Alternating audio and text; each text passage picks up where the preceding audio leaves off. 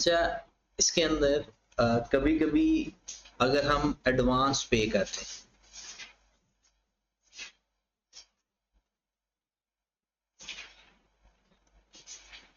तो उसको कैसे डील करें। अज्यूम करते हैं कि हमने एक व्हीकल खरीदा है और व्हीकल की वैल्यू है, अज्यूम करते हैं $1000।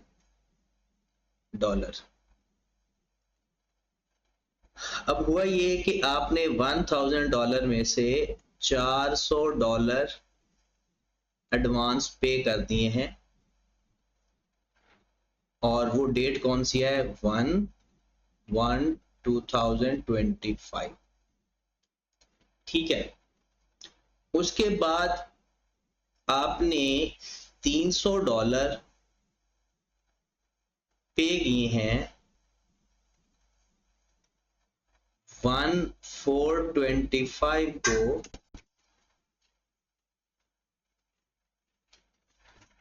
$300 पे किए हैं 1/4/2025 को, व्हेन व्हीकल डिलीवर्ड, जब आपको व्हीकल मिला।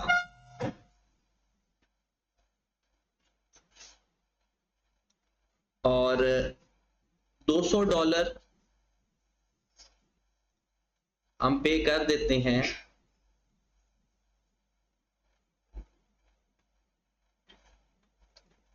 1/11/2025 को, और $100 स्टिल टू बी पेड। सवाल समझ लगा?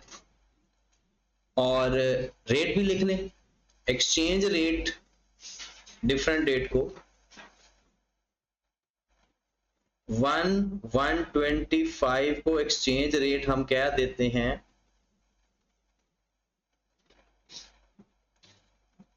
₹260 पर डॉलर। फिर 1/4/25 ₹264 पर डॉलर। 1/11/25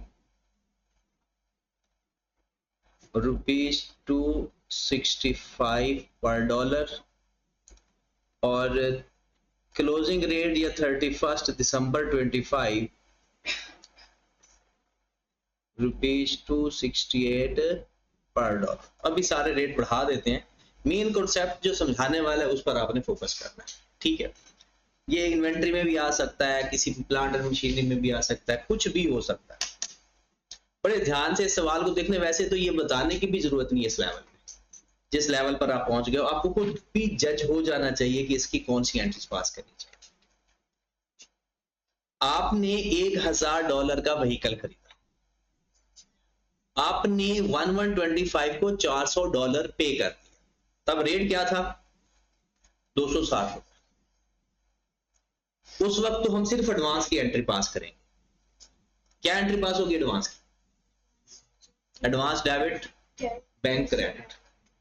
एडवांस फॉर व्हीकल लिख लो, advance for vehicle debit, bank credit.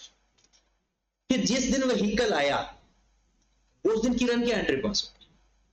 जिस दिन व्हीकल हमारे पास आ जाएगा उस दिन एंट्री क्या पास होगी। सवाल समझ रहे हो ना? हमने 1000, अब तो ये पीआरसी का सवाल है। $1000 का हमने व्हीकल खरीदा, हमने $400 उसको पहले पे कर दिया 1/1/25 को, एंट्री पास कर दी advance for vehicle debit bank credit, और रेट कौन सा इस्तेमाल किया, 260 रुपए। डन। अब 1/4/25 को हमारे पास व्हीकल आ गया, हमारे पास व्हीकल आ गया। अब व्हीकल तो डेबिट करेंगे, अब क्रेडिट करेंगे जो पहले वाला एडवांस है वो भी, जो उस वक्त पे कर रहे हैं वो भी, और जो बाकी पेएबल है वो भी। बट अब रेट कौन से इस्तेमाल करेंगे, प्रॉब्लम ये है। दोबारा सुने, vehicle debit, advance credit. Advance उसी अमाउंट से क्रेडिट होगा जिस अमाउंट से रिकॉर्ड हुआ था, क्योंकि वो पहले हम पे कर चुके हैं। डॉलर का रेट चेंज हो या ना हो, क्योंकि हम वो पे कर चुके हैं और उसी पर वो ही रेट लगा हुआ है जो उसके ऊपर पहले लगा था। एडवांस, अब जो सेट एडवांस कौन सा आइटम है, मॉनिटरी या नॉन मॉनिटरी? नहीं, कैश में होगा या नॉन कैश में होगा, इसमें तो वाज़ेह है। इसमें तो ये मॉनिटरी है या नॉन मॉनिटरी है? ये जो हमने 1125 को एंट्री पास की है, वो उसमें जो एडवांस लिखा हुआ है वो मॉनिटरी है या नॉन मॉनिटरी है? भाई अल्लाह के बंदो, वो एडवांस सेटल हो रहा है फ्यूचर में व्हीकल के अगेंस्ट, तो मॉनिटरी कैसे हो गया? मॉनिटरी आइटम वो होता है जो फ्यूचर में फिक्स्ड कैश में कन्वर्ट होता है। अब ये किस में जा रहा है? व्हीकल आएगा इसके बदले, इसके बदले हमने कैश थोड़ी पे या रिसीव करना है। जो एडवांस हमने दे चुके हैं उसके अगेंस्ट फ्यूचर में हमने व्हीकल लेना है। कॉन्सेप्ट क्लियर करो, सिर्फ नाम नहीं। मॉनिटरी आइटम्स वो होते हैं जो इन फ्यूचर फिक्स्ड कैश में हमारे पास आए या जाएं, वो भी फिक्स्ड कैश में। तो एडवांस हमारा नॉन मॉनिटरी आइटम है, और नॉन मॉनिटरी आइटम्स को और कॉस्ट मॉडल में हो तो वो तो हम चेंज ही नहीं करते। यही बात है ना। और वैसे भी जो हम एडवांस पे कर चुके हैं, अब मुझे बताएं, हमने $1000 का एक व्हीकल खरीदा था, $40 पे कर दिए, $400 पे कर दिए, अब वो तो हम पे कर चुके हैं। अब तो जो बाकी पे करने हैं ना, वो डॉलर खरीद के देने हमने। अब आए हमने $300 पे कर दिया, वो तो उसी रेट से बैंक क्रेडिट हो जाएगा, और बाकी के जो पैसे हैं वो चला जाएगा अदर पेएबल के अंदर। ये वाले अदर पेएबल मॉनिटरी है या नॉन मॉनिटरी? चले अभी लिखते हैं, लिखकर शायद आप लोगों को विजुअल से शायद समझ लग जाए। देखें ना, सीए के अंदर ना तुक्केबाज भी पास होते हैं। सही वाला बंदा तो फेल होता ही नहीं है, और मुझे लगता है एक भी बंदा फेल नहीं होता। सही वाला बंदा एक भी फेल नहीं होता। जिसको कॉन्सेप्ट होते हैं, जो तुक्के मार के आता है ना, जो मेहनती बंदा होता है ना और समझ के नहीं पड़ता, उसे तुक्केबाज कहते हैं। फिर वो अच्छे तुक्के लगा लेता है क्योंकि वो मेहनती होता है। तो इसलिए ये कभी ना आए कि आपको ये नंबर, ये क्वेश्चन लिख लिया ना, आए कि आपको कभी गलत नहीं कहना। हम आई के साथ करते बहुत गलत है, पेपर में ऐसी ऐसी अकाउंटिंग लिख कर आते हैं जो उसने बेचारे ने कभी जिंदगी में इतनी हिस्ट्री में नहीं देखी होती। जी 1125 को मैं एक एंट्री पास करने जा रहा हूं, एडवांस फॉर व्हीकल डेबिट,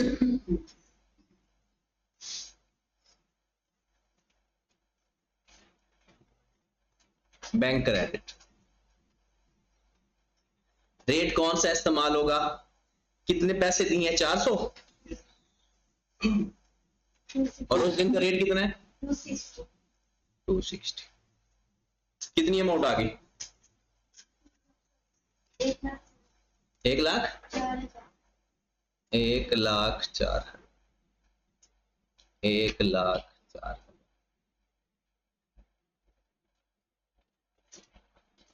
1425 को वो व्हीकल हमने, हमारे पास आ गई। अकाउंट टीआरसी को जिंदा रखो, जर्नल एंट्रीज है। व्हीकल हमारे पास आ गई, व्हीकल डेबिट, व्हीकल को मैंने कर देना डेबिट। अब इस केस में आपने क्रेडिट किसको करना है उसका ख्याल रखें। अब व्हीकल के अगेंस्ट मैं $400 पे कर चुका हूं, वो चेंज नहीं होगा। जो नए पे करने हैं ना वो स्पॉट रेट पे जाएंगे, पुराने जो पे कर चुका हूं वो उसी रेट पे रहेंगे, और जो नए हैं वो किस पे जाएंगे? स्पॉट रेट पे। और अगर मैं आपको एक तरीकाकार बताता हूं, आप वर्किंग करने की बजाय यहां पर भी काम कर सकते हैं ताकि हमारा टाइम भी थोड़ा बचे। क्या करेंगे? एडवांस फॉर व्हीकल हम दे चुके हैं, एडवांस क्रेडिट हो गया, खत्म हो गया। एडवांस फॉर व्हीकल, ये व्हीकल इसलिए लिख रहा हूं ताकि आपको ये याद रहे कि ये नॉन मॉनिटरी आइटम है, ये तो रिट्रांसलेट होगा ही नहीं। 104,000 जो पे कर दिया, कितने उस दिन पे किए? $300। ये किस रेट पे होंगे पे? ये 1425 के रेट पे, स्पॉट रेट पे। तो कितना स्पॉट रेट है? 1425 का 264 मल्टीप्लाइड बाय 264, 79200। अदर पेएबल, या सिर्फ पेएबल भी लिख सकते हैं। बाकी कितने उसको पैसे देने, $300। ये $300 किस रेट पे होंगे, 264 पे, क्योंकि ये भी स्पॉट रेट पे लायबिलिटी क्रिएट हो रही है। ये भी कितनी अमाउंट आएगी, 79। अब इन सबको प्लस करेंगे तो व्हीकल की कीमत आ जाएगी। एक तरीका। दूसरा तरीका कार क्या होगा, 104 जो पे हो चुका है वो एज इट इज 104 आ जाएगा, और 600 स्पॉट रेट से मल्टीप्लाई करके व्हीकल की कॉस्ट आ जाएगी। बात समझ लगी, करो जरा तीनों को प्लस। कितना, 262,400, 262,400। बात समझ लगी, डन हो गया। अगर हम डायरेक्ट करते तो ये भी कर सकते थे कि जी मैं 400 पे कर चुका हूं, ये तो चेंज नहीं होगा, इसकी कीमत तो 104 ही रहेगी, क्योंकि आप डॉलर जो मर्जी चेंज हो जाए, मैं पैसे दे चुका हूं। जो बाकी के पैसे हैं 600, वो स्पॉट रेट पे पर कन्वर्ट होगा। वो टोटल कितना बन जाएगा, 79,200 को 2 से मल्टीप्लाई कर दो, 158। अब ये है असल व्हीकल की कीमत इन फंक्शनल करेंसी, मतलब पाक रुपये। ठीक है, यहां तक ओके हो गया। अब ये हमारी एंट्री पास होगी 1425 की, और ये एंट्री बहुत ज्यादा पेपर में आती है, एडवांस वाली। अब आगे बढ़ते हैं, 11125 को पे कर रहा हूं। अब देखें व्हीकल, अगर तो ये कॉस्ट मॉडल पे है, इसकी कहानी खत्म होगी IS 21 से रिलेटेड। अगर ये रिवैल्यूएशन मॉडल पे है तो फिर होगा, अगर ये कॉस्ट मॉडल पे फिर तो खत्म होगी बात, क्योंकि कॉस्ट मॉडल में मॉनिटरी नॉन मॉनिटरी आइटम आगे कुछ नहीं होता। एडवांस फॉर व्हीकल ये वैसे ही सेटल हो गया, डेबिट क्रेडिट ये तो वैसे ही बुक से जीरो हो चुका है, ये तो बुक्स में एग्जिस्ट ही नहीं कर रहा। देखिए जब आप लोग इस तरह से बात करोगे ना कि अगर मैं इस एडवांस फॉर व्हीकल का क्या करूंगा, पहले आप इसको डेबिट कर चुके हो, अब आप इसको क्रेडिट कर चुके हो, ये तो बुक्स में ही नहीं है, ये तो जीरो हो चुका है आपकी बुक्स में, तो ये है ही नहीं, तो इसका क्या करना है। ये जो बैंक है ये बस स्पॉट रेट पे चलता है, ये रीट्रांसलेट नहीं होता। बैंक कैश स्पॉट रेट पे चलता है, ये रीट्रांसलेट कभी नहीं होता। उसके बाद अब बच गया other payable, that is a monetary item. क्यों बोला, क्योंकि हमने पैसे पे करने हैं और फिक्स्ड कह देना है। कितने देने हैं, $300 देने हैं। अब इसके बारे में दो बातें, अगर सेटल हो गया तो सेटलमेंट वाले दिन जो रेट होगा वो रेट इस्तेमाल करेंगे, डिफरेंस SPL में लिखेंगे, दैट्स इट। और अगर ये सेटल ना हुआ तो क्लोजिंग रेट लेंगे और डिफरेंस SPL में लिखेंगे, बस। कोई भी मॉनिटरी आइटम है, अगर वो हमारी उसकी एंट्री पास हो चुकी है, सेटल हो जाता है, तो सेटलमेंट वाला दिन का रेट डिफरेंस SPL के अंदर, सेटल नहीं होता क्लोजिंग रेट और डिफरेंस SPL के अंदर। ये मॉनिटरी आइटम की कहानी है। अब अदर पेएबल मैं 1 नवंबर को $300 $200 पे कर रहा हूं, तो कैसे करेंगे, इसकी तरीकाकार वही है, 11125 पेमेंट की जो एंट्री पास होगी उसका तरीकाकार देख लें, अलग से करना अलग से कर लो। हमने $200 पे कर रहे हैं, इसको 264 पे रिकॉर्ड किया हुआ था। किस पे रिकॉर्ड किया हुआ था, 264 पे।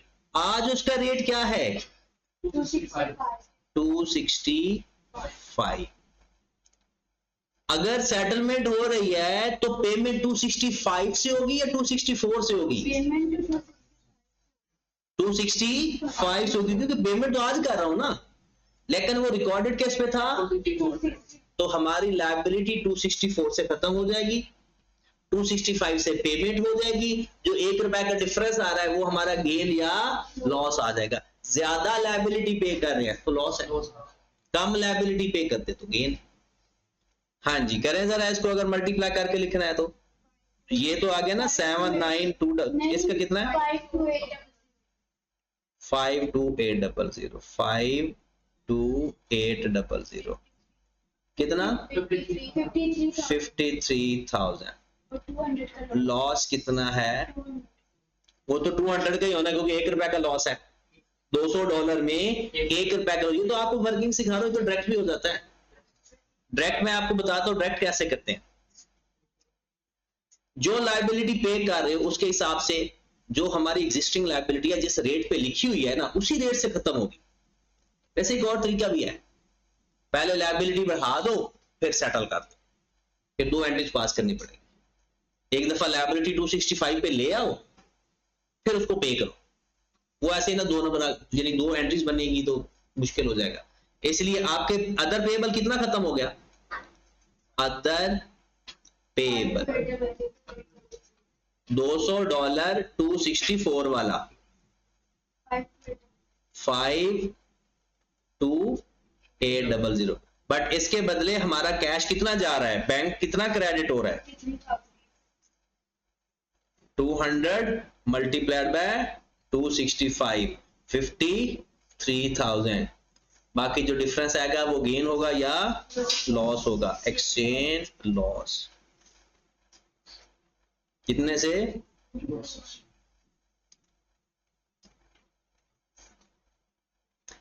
अब ईयर एंड पे देखेंगे 31 दिसंबर 25 को अगर IAS 21 का केस है, 2 चीजें लाजमी देख लिया करो। पहली चीज कोई मॉनिटरी आइटम स्टिल टू पे या स्टिल टू रिसीव तो नहीं है, नंबर 1। नंबर 2 कोई non monetary item fair value model पे तो नहीं है। ये 2 चीजें। फेयर वैल्यू मॉडल वाला काम क्लोजिंग पे नहीं होता, वो कैसे होता है, at the data fair value measurement, और मेन मॉनिटरी आइटम ही होते हैं। अब हमारे पास कोई पेएबल या रिसीवेबल है इन फॉर्म ऑफ कैश $100 का, उसको रिट्रांसलेट कर देंगे। पहले से कम हो गया ज्यादा, वो किस पे रिकॉर्ड किया हुआ है 264 पे। आज कितना हो चुका है 268। 4 रुपए के हिसाब से लायबिलिटी बढ़ गई तो loss to liability, loss to.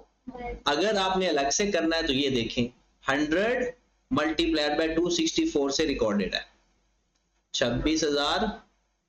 100 multiplied by 268 हो चुका है 26,800। 400 से आपकी लायबिलिटी बढ़ गई। या सिंपल अगर आपने लिखना है आपकी लायबिलिटी 4 रुपए फी डॉलर से बढ़ गई तो लायबिलिटी डेबिट करोगे क्रेडिट, लायबिलिटी बढ़े तो क्रेडिट करते हैं। ये PRC है सारा आपका 100 मल्टीप्लाइड बाय 4, सिर्फ 4, क्योंकि जितने से लायबिलिटी कम या ज्यादा हुई है बस वो लिखनी है। कितनी अमाउंट 400, एक्सचेंज लॉस 400। ओके की बात। आखिरी बात करने लगा हूं जो आप लोगों के ब्लड में है। अगर आपने ब्लड अभी तक किसी को दिया नहीं दिया फिर तो होगा। एक्सट्रैक्ट बनाने हैं इसके, क्या बनाने हैं एक्सट्रैक्ट। SPL में क्या आ जाएगा, SOFT में क्या आ जाएगा। 3 चीजें हैं, बारी बारी बताएं। नतीजा SPL में क्या आ जाएगा, जितने एक्सचेंज गेन या लॉस आ रहे हैं प्लस करके लिखेंगे, क्योंकि ये कुछ डिफरेंट ईयर नहीं है, एक ही साल है। सारे एक्सचेंज लॉस प्लस करके एक्सचेंज लॉस का नाम लिखते, और डेप्रिसिएशन भी आएगी अगर लाइफ वगैरह गिवन होती तो। व्हीकल की डेप्रिसिएशन भी आएगी। कितने महीनों की बोला, 9 मंथ की। कब से कब आएगी 9 मंथ की। ये बात समझ लग गई। अगर इनकम स्टेटमेंट में ये चीज लिखनी है तो कितनी अमाउंट आएगी, जितने एक्सचेंज लॉस हैं आप देख लो। अगर एक्सचेंज लॉस को हाईलाइट करना चाहते हो, इनकम एक्सपेंस ढूंढते जाओ बस। इसमें भी इनकम एक्सपेंस नहीं है, एडवांस इसमें भी नहीं है। एक 200 का लॉस है, एक 400 का लॉस है। इसका मतलब है 600 का लॉस आएगा, और जो डेप्रिसिएशन आएगी हस्बे तौफीक वो डेप्रिसिएशन आएगी। ठीक है। अब मुझे बताओ आपकी SOFP के अंदर क्या है। एक व्हीकल आएगा नेट ऑफ डेप्रिसिएशन, और दूसरा क्या आएगा, लायबिलिटी कितनी अमाउंट से आएगी। 100 तो डॉलर है, हमने तो फंक्शनल करेंसी में लिखना है। उस दिन के रेट से 26,800 जो हमारी लायबिलिटी बढ़ी हुई है क्लोजिंग रेट पे आएगी। जो लायबिलिटी हमारी बढ़ी हुई है क्लोजिंग रेट पे आएगी। और ये सिर्फ कौन सी लायबिलिटी हुआ करेगी हमेशा? मॉनिटरी एसेट्स या लायबिलिटी सिर्फ मॉनिटरी रीट्रांसलेट होगी, नॉन मॉनिटरी फेयर वैल्यू की वजह से चेंज होगी और मॉनिटरी सिर्फ। तो ये तो है लेवल 1 का सवाल। वैसे ये बहुत अच्छे लेवल का सवाल बन सकता है आई कैप अगर चाहे तो, लेकिन आई कैप चाहता है नहीं है। आई कैप कहता है और भी बड़े अच्छे अच्छे लेवल के सवाल है, तो इसमें वो ज्यादा शरारत नहीं करता। एक और क्वेश्चन छोटा सा, ये समझ लग गया एडवांस वगैरह का केस डन है? नेट करके लिख देना या गेन अलग लिख देना, लॉस अलग लिख देना, इतना अलग अलग लिख देना ज्यादा अच्छा रहेगा क्योंकि उसको सारी दोनों चीजें पता चलती है। बस एक को ब्रैकेट में लिख देना, एक विदाउट ब्रैकेट लिख देना। अच्छा अगला सवाल हम करने जा रहे हैं कि कल भी हमने सीखा था इंटरेस्ट पेएबल या रिसीवेबल का केस करने का। इंटरेस्ट पेएबल या रिसीवेबल, लोन लेते हैं 2-3 साल का और उसमें इंटरेस्ट की वर्किंग करते हैं। इंटरेस्ट में 2 केस हमने सीखे थे। कौन से 2 केस? या एवरेज रेट लेते हैं या क्लोजिंग रेट लेते हैं इंटरेस्ट के साथ, लायबिलिटी नहीं, इंटरेस्ट, अमाउंट ऑफ इंटरेस्ट दोनों ठीक है। आई कैप ज्यादातर कौन सा रेट दे रहा होता है? एवरेज रेट दे रहा है, ठीक है। तो आप क्लोजिंग रेट भी ले सकते हो, बट एसओपीएल के अंदर जो अमाउंट जाएगी, मतलब इनकम स्टेटमेंट के अंदर जो अमाउंट जाएगी, इन टोटल कोई फर्क नहीं पड़ेगा, ठीक है। तो चले बिस्मिल्लाह करके देखते हैं। आप लोन ले लो, कहां से लेना लोन? सऊदी रियाल ले लो, नहीं लो, हज का रहा ना, हाँ जी, 50,000 सऊदी रियाल आपने ले लिए at the rate of 10% simple interest ले लेते हैं। सिंपल इंटरेस्ट का मतलब है डिनोमिनेशन चेंज नहीं होती, मतलब इंटरेस्ट हमेशा 50,000 पर अप्लाई होता है। अगर साइलेंट होगा तो कंपाउंड इंटरेस्ट होगा, तो इंटरेस्ट चेंज हो जाएगा। वर्किंग समझाने के लिए, ताकि आप हमारे पास हर साल इंटरेस्ट एक जैसा रहे। इंटरेस्ट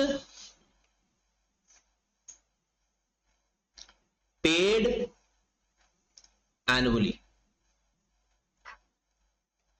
अब मैं आपको इंटरेस्ट पेड एनुअली की एंट्री भी बताता जाऊंगा और अगर नहीं पे होगा तब भी बताता जाऊंगा। हमारे पास ईयर 1 के अंदर जिस दिन लोन लिया उस दिन रेट था 70 रुपीस पर सऊदी रियाल। फिर ईयर एंड पे एवरेज रेट लिख लो,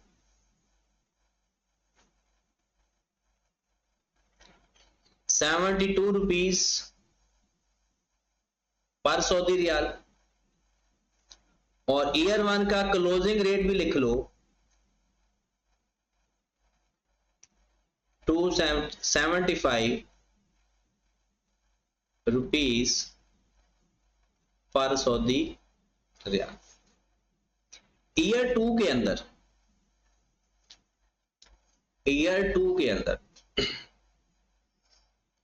अच्छा ये 2 इयर्स का लिख देते हैं। आपने लोन 2 सालों के लिए लिया। ईयर 2 के अंदर आपका जो एवरेज रेट है वो है 74 रुपीस पर रियाल, और क्लोजिंग रेट जो है वो हम कर लेते हैं 73 रुपीस पर सऊदी। हाँ जी, क्वेश्चन क्लियर हो गया। सबसे पहले हम 2 सालों का इंटरेस्ट फाइंड कर लेते हैं। सिंपल इंटरेस्ट है तो इंटरेस्ट चेंज नहीं होता। कंपाउंड इंटरेस्ट हो तो पहले साल का इंटरेस्ट कोई और बनता, दूसरे साल का इंटरेस्ट कोई और बनता, और उसमें फिर पे भी नहीं होता। अगर आप इंटरेस्ट साथ साथ पे कर रहे हो ना, साथ साथ पे कर रहे हो, तो फिर तो आपकी लायबिलिटी वही स्टिल रही है। मतलब 50,000 का 10% लिया, 5,000 आ गया, आपने वो 5,000 पे कर दिया, तो लायबिलिटी स्टिल 50,000 है। अगर आप लोन इंटरेस्ट ना पे करो तो वो कंपाउंड हो जाता है। आपने 50,000 लिया था बैंक से, 5,000 इंटरेस्ट पर आपने नहीं पे किया, तो अब आपकी लायबिलिटी 55,000 होगी, वो अगली दफा 55,000 के ऊपर इंटरेस्ट लेगा। तो जब इंटरेस्ट पे या रिसीव एनुअली कर लो ना, तो होता ही सिंपल इंटरेस्ट। हाँ, अगर वो रिकंपाउंडिंग री इन्वेस्टमेंट करते जाओ तो फिर वो कंपाउंड इंटरेस्ट। तो अभी हमारा जो सालाना इंटरेस्ट कितना बनता है भला, एनुअल इंटरेस्ट कितना बनता है?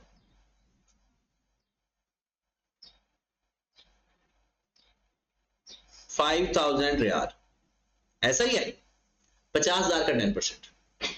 हाँ, अगर टाइम फैक्टर होगा कि अगर आपने 1 मार्च को लिया है, 1 जून को लिया है, उस तरह मल्टीप्लाई बाय मंथ ओवर 12 भी करेंगे। अब आ जाते हैं जिस दिन लोन लिया उस दिन क्या एंट्री पास करेंगे, इंटरेस्ट की एंट्री क्या पास करेंगे, इंटरेस्ट ना पे होगा तो एंट्री क्या पास करेंगे। ये सब एंट्रीज हम पहले ईयर 1 की पास करते हैं। और मजे की बात है, सारी एंट्री स्टूडेंट्स को मोस्टली आती होती हैं, बट भूल जाती हैं एक आध एंट्री।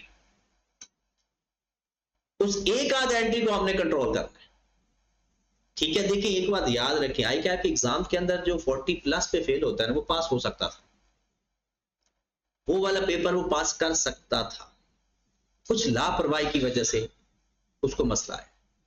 वरना अगर आपके कॉन्सेप्ट में इशू हो ना, तो रिजल्ट 40 तक नहीं जाता।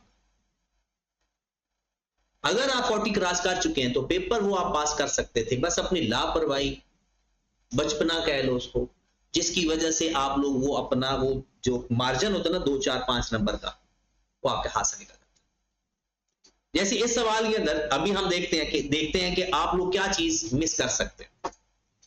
आपको सवाल आता है सारा, लेकिन क्या होगा, इग्नोर हो जाएगा जल्दी में, lack of practice, lack of focus. अब हमारे पास देखिए, मैंने हमेशा क्लास में कहता हूं कि अब जब कभी लेट भी आया करो ना तो क्लास में आ जाएगा। ये नया सवाल है, अभी हम शुरू कर, 2-4 बच्चे अभी थोड़ी देर पहले आए, देखकर वापस चले गए, मतलब ये सवाल भी उनको मिस हो गया। ये कभी भी मत किया करो। आपके पास आखिरी 5 मिनट भी है ना, अगर आपको ऐसा लगता है ना कि टीचर इंसल्ट कर देगा, तो आपकी इज्जत ही क्या है। जब तक आपका सीए इंटर नहीं हो जाता ना, मत सोचो कि आपकी कोई इज्जत, कुछ नहीं है। आप इज्जत बनाने वाले आप खुद हो, आपको कोई कुछ नहीं कहेगा अगर आपके पेपर पास हो, तो ये आपके इख्तियार में है। आप अपनी इज्जत कितनी करना चाहते हो और करवाना चाहते हो। अगर आपका पढ़ने का दिल नहीं करता तो समझो आप अपनी इज्जत नहीं कर रहे, बस इस बात का ख्याल रखें। कोई कुछ नहीं कहेगा आपके पेपर पास हो जाए, हवाएं भी आपका साथ देंगी, और अगर आप लोग पीछे रह गए तो अपना आप ही बंदे को बोझ लगने लग जाता। इसलिए आप लोगों को इस लेवल पे मैं कहता हूं मोटिवेशन की भी जरूरत नहीं होनी चाहिए। आपके अंदर एक आग होनी चाहिए, एक जज्बा होना चाहिए कि हर तरह के हालात को हमने खुद मोटिवेट करके मोड़ देना है और अपने हक में लेकर आना है। इसलिए तो इंसान को अशरफुल मखलूकात कहा है। अगर इंसान किसी चीज से डर जाए तो फिर इंसान और जानवर में कोई फर्क नहीं। तो इंसान डरता नहीं है, वो फेस करता है और उन चीजों को अपने हक में फेवर में लेकर आता है। तो इसलिए इन चीजों को ना छोड़ दो दिमागी तौर पर कि आप कुछ नहीं कर सकते, ऐसा कुछ भी नहीं है। अल्लाह ने वो तमाम सलाहियतें आप में पैदा की हैं जो हर इंसान में हो। हाँ जी, जिस दिन लोन लिया एंट्री क्या पास करेंगे, जिस दिन लोन लिया लोन वाले दिन एंट्री क्या पास करेंगे, बैंक डेबिट, लोन क्रेडिट, ऐसा ही है। किस रेट पे, वो जिस दिन का रेट है, स्पॉट रेट। ट्रांजैक्शन वाली एंट्री तो होती स्पॉट रेट पे है। आपने 5,000 लिया था, 50,000 और 70 रुपया रेट था, कितना आ गया, 350,000 या 35 लाख, 35 लाख। ये लोन वाले दिन की एंट्री पास होगी।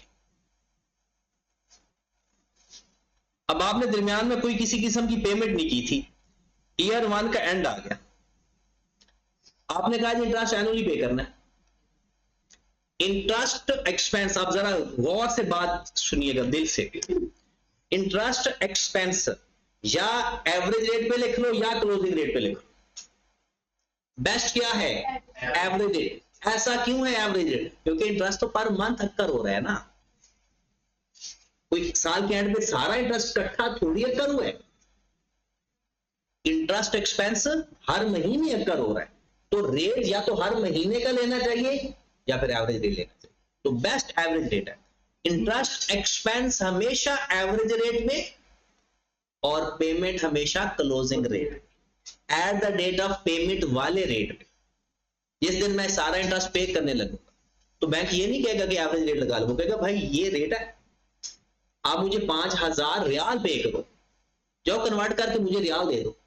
तो जब मैं कन्वर्ट करवाने जाऊंगा तो वो क्या मुझे कहेगा कि मैं एवरेज रेट लगाऊंगा? वो तो कहेगा आप मुझसे 5,000 रियाल ले रहे हो, ये रेट चल रहा है, इस रेट के हिसाब से मुझे पैसे दो, मैं आपको 5,000 रियाल दे देता हूँ, जाकर इंटरेस्ट पे कर दो अपना। तो बैंक किस रेट में आएगा? क्लोजिंग रेट पे। और इंटरेस्ट एक्सपेंस किस रेट पे आएगा? एवरेज रेट पे। तो जब मैं इंटरेस्ट एक्सपेंस डेबिट करूंगा, इंटरेस्ट एक्सपेंस या इनकम कोई भी हो, अगर मैं उसको लिखूंगा तो 5,000 मैंने पे करना है, मल्टीप्लाइड बाय एवरेज रेट कितना है पहले साल का? 72। अगर एवरेज रेट नहीं होगा तो क्लोजिंग रेट ले लूंगा और बैंक क्रेडिट कर दूंगा 5,000 मल्टीप्लाइड बाय 75। 75 नहीं है, 75 पहले साल का, पहले साल का, अभी पहले साल पे, अभी मैं पहले साल पे। ये बात समझ लगी? इंटरेस्ट एक्सपेंस मैंने किस पे रिकॉर्ड किया, लेकिन पेमेंट में किस पे कर रहा हूं? क्योंकि बैंक बजाते खुद एक मॉनिटरी आइटम है।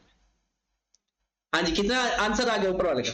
3,60,000। नीचे वाले का 3,75,000। जो डिफरेंस आएगा एक्सचेंज गेन या एक्सचेंज, जो डिफरेंस आएगा, गेन भी आ सकता है, लॉस भी आ सकता है। इंटरेस्ट रिसीवेबल, इंटरेस्ट इनकम हो या इंटरेस्ट एक्सपेंस हो, एवरेज रेट पे, पेमेंट या रिसीट क्लोजिंग रेट पे, या अगर ये ना पे होता, इंटरेस्ट पेएबल आता, इंटरेस्ट पेएबल भी क्लोजिंग रेट पे आता, इंटरेस्ट पेएबल भी क्लोजिंग रेट पे आता, एक्सपेंस सिर्फ एवरेज रेट पे है, जो फॉर द ईयर है, जो हर साल कर हो, हर महीने सॉरी। तो कितना आ जाएगा एक्सचेंज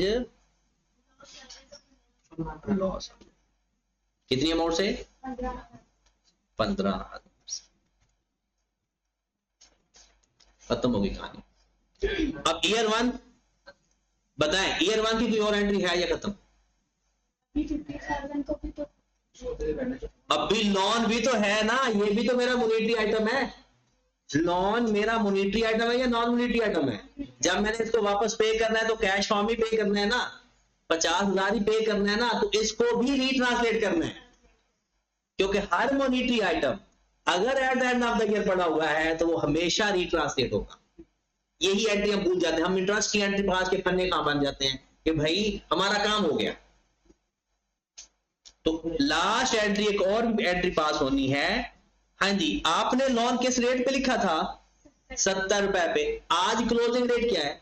75। 5 रुपए से लोन बढ़ गया, तो लोन बढ़ेगा तो क्रेडिट 50,000 मल्टीप्लाइड बाय 5। इतना काफी है ना, ये अलग अलग करके, क्योंकि रीट्रांसलेट तो कितना हो गया? 2,50,000। और एक्सचेंज लॉस 250,000। लास्ट में एक स्टूडेंट ने क्या दिया कि सर वो ना एक्सट्रैक्ट आ गए थे फिलास टॉपिक के। तो एक्सट्रैक्ट तो आ जाए तो बड़ी अच्छी बात होती है, क्योंकि एक्सट्रैक्ट में क्या करना होता है, हमने सिर्फ इनकम एक्सपेंस वहां से निकाल के इनकम एक्सपेंस में लिख देने और एसेट्स लायबिलिटीज निकाल के एसेट्स लायबिलिटीज में लिख देना होता है। एक्सट्रैक्ट किसी एक टॉपिक के है ही नहीं, एक्सट्रैक्ट तो जर्नल बजाते खुद एक जर्नल टॉपिक है। अगर इस साल के मैं एक्सट्रैक्ट बनाना चाहूं, ये जो मेरे पास आ रहा है एक एक्सचेंज 1, 2 और 3, ये मेरे एसओपीएल के एलिमेंट है, ठीक है। लॉन लायबिलिटी, क्योंकि इंटरेस्ट पेएबल अगर होता तो वो भी लायबिलिटी में आ जाता, लेकिन वो तो पे कर चुके हैं। लॉन लायबिलिटी किस अमाउंट से जाएगी? 50,000 मल्टीप्लाइड बाय 275 वही ना, सॉरी 275। देखिए या तो 3 लाख और 2.5 लाख यानी 35 लाख और 2.5 लाख को प्लस करके लिख दो। पहले लायबिलिटी कितनी लिखी हुई थी 35 लाख, 270 की 250 की और लायबिलिटी क्रेडिट करती तो प्लस करके लिख दो। ये तो सारी चीजें हमारे हाथों में है। अगर ये चीजें अगर हमको नहीं पता चल रही तो फिर तो सीआर का सब्जेक्ट पढ़ना ही बेवकूफी है कि अगर आपको ये जर्नल एंट्रीज की एप्लीकेशन नहीं आती। या फिर 50,000 मल्टीप्लाइड बाय 75 या फिर अपनी एंट्रीज में देख लो कि लायबिलिटी कितनी क्रेडिट में पड़ी है, इसमें से अगर पे हो जाती तो माइनस हो जाती। अब हम दूसरे साल चलते हैं, साथ ही दूसरा साल बना देते हैं। अब दूसरे साल के अंदर अगर हम देखते हैं हमारे पास एवरेज रेट है 74 और क्लोजिंग रेट है 73। अगले साल लोन तो लिया नहीं, इंटरेस्ट एक्सपेंस की एंट्री पास होगी, बिल्कुल होगी।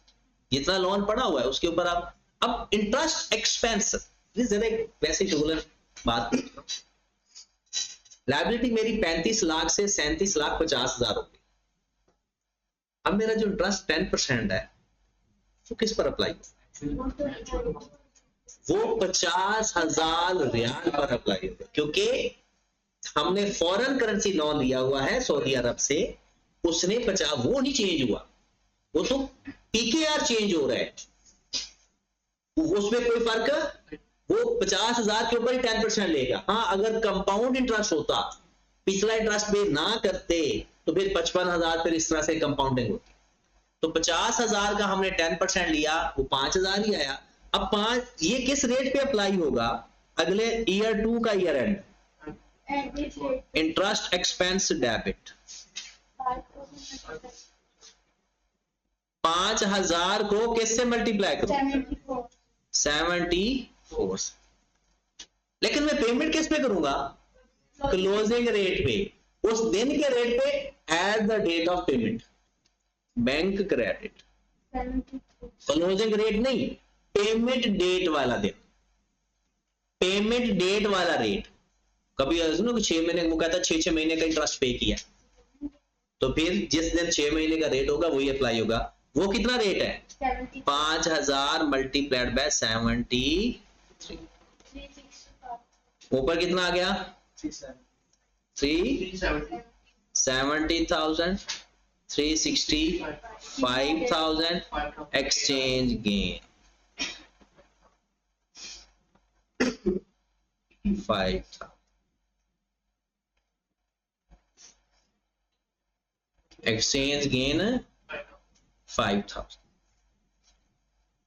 और कुछ करना है? लोन भी तो पड़ा हुआ है। अच्छा लोन भी पे कर देते हैं, ईयर 2 के एंड पे लोन भी पे कर देते हैं। अब यहां पर आपको 2 ऑप्शन है, पहले इसको रिट्रांसलेट करके पे कर दो या पेमेंट के दौरान ही रिट्रांसलेट कर दो। 2 केस है, ठीक है, आपकी अपनी हिम्मत है, जिस तरह से मर्जी करोगे। आई कैप को कोई इतराज नहीं होगा, चलिए दोनों एंट्रीज पास करवाता हूं। सबसे पहले मेरे लोन पे हो गया तो लोन डेबिट, ऐसा ही है। बताओ लोन रिकॉर्डेड किसके ऊपर था? लाख 50,000 75 पे, पिछले साल के क्लोजिंग रेट पे अपडेट हुआ है 2,37,500 नहीं 37,50,000। लेकिन पेमेंट किस रेट पे होगी? वो तो क्लोजिंग रेट पे होती है, उस दिन के रेट पे। रिसीट या पेमेंट हमेशा उस दिन के रेट पे होती है। तो 50,000 मल्टीप्लाइड बाय 73, ये कितना आ गया? 3650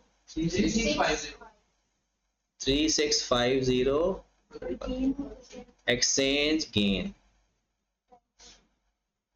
10,000। ये होगी इसकी कंपाउंड एंट्री, पेमेंट विद रिट्रांसलेशन के साथ। जितने पैसे दिए, जितनी लायबिलिटी थी, डिफरेंस, या ऐसा करते जैसे नॉर्मल पहले रिट्रांसलेट कर देते।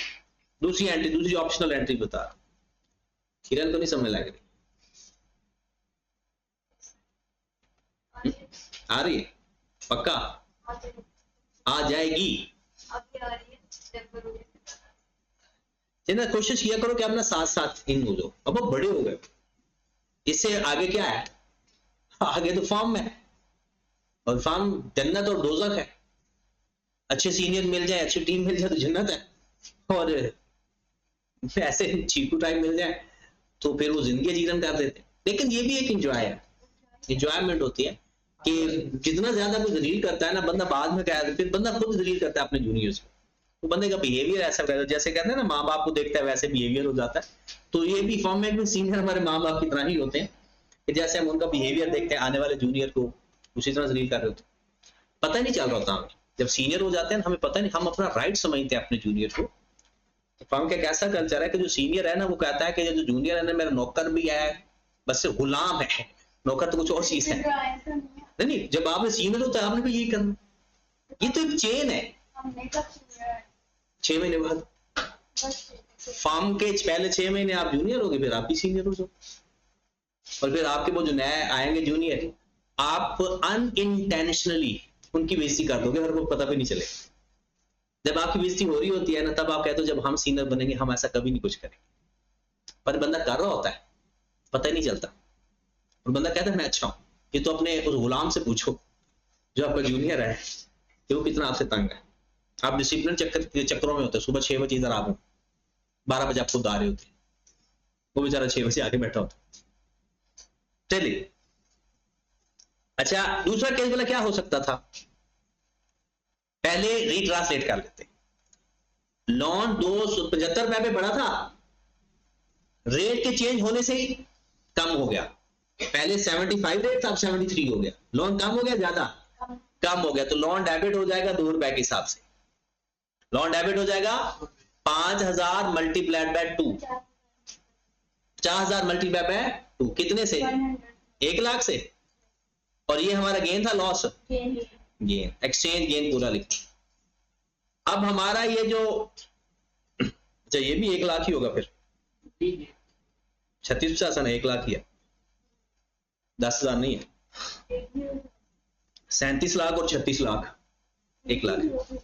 अब पे कर दो। अब आपका लोन 37,50,000 में से जो पहले रिकॉर्डेड था 1 लाख खत्म हो गया। अब पे कितना होगा? 3650। तो 36,50,000 पे कर दो। Loan debit, bank credit, 36,50,000, 36 lakh. अब अगर इसको इकट्ठा करो दोनों एंट्रीज को तो वही एंट्री बनेगी।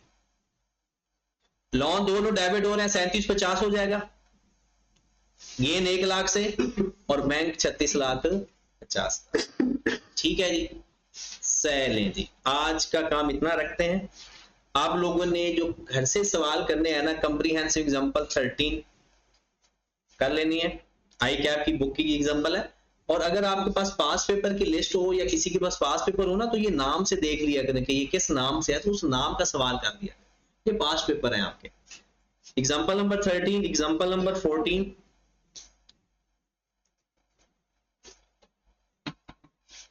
फिर एग्जांपल नंबर 15 भी हो गई आपकी। बस एंट्रीज ही हैं 17, 16। अच्छा वो आपको एंट्रीज आती है ना, परपेचुअल और पीरियोडिक। सेल की 2 एंट्रीज होती थी, परपेचुअल में और पीरियोडिक में 1 एंट्री होती थी। ये इसमें छोटा सा कॉन्सेप्ट ये भी है।